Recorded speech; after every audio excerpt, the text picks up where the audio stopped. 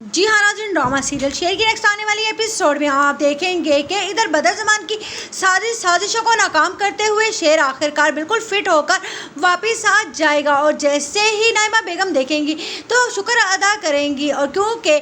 تہمینہ بیگم تو پہلے سے ہی جانتی ہیں شیر کے بارے میں، اسی لیے ادھر آپ دیکھیں گے کہ بدرزمان اور اس کے بیٹوں کو تو جیسے ایک بہت بڑا شوق لگنے والا ہے، کیونکہ انہیں تو لگتا ہے کہ وجاہت کی بیٹی اسے زندہ چھوڑے گی ہی نہیں وجاہت کے کہنے پر، لیکن یہ تو ان کے بالکل ہی برعکس ہو جاتا ہے۔ ادھر آپ دیکھیں گے کہ شیر اپنی ماں سے آ کر سب سے پہلی فرمائش یہی کرے گا کہ اسے فجر سے شادی کرنی ہے، جس پر تہمینہ بیگم کہتی ہے کہ ابھی کچھ نہیں ہو سکتا، تم جانتے ہو کہ ملکوں اور رئیسوں کی دشمنی بہت پرانی ہے۔ لیکن تہمینہ بیگم کو جب یاد آتا ہے کہ اس کے باپ نے اس کی خواہش کی خاطر آخرکار سیدوں کے بھی تو پیروں میں پڑنے کے لیے تیار ہو گیا تھا، تو وہ کیوں نہیں اپنے دشمنوں کے پیروں میں پڑ سکتی؟ ایک زمین کے ٹکڑے کی خاطر وہ کیوں اپنے بیٹے کی خوشیاں برباد کرے؟ اسی لیے وہ فجر اور شیر کی شادی کے لیے آخرکار چلی ہی جائے گی ملکوں کی حویلی میں بھیک مانگنے کے لیے۔ لیکن ادھر وجاہت تو اپنی بیٹی سے سخت ناراض ہے کہ اس نے اس کا کہا نہیں مانا اور اس طرح سے شیر کو ٹھیک کر کے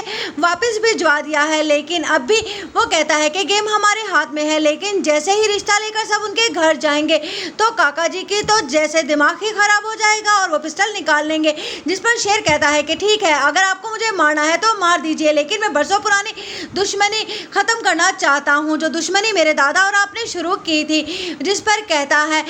شجاعت کے لیکن یہ دشمنی میں ختم نہیں کروں گا، کیونکہ فجر کا باپ میں ہوں اور اس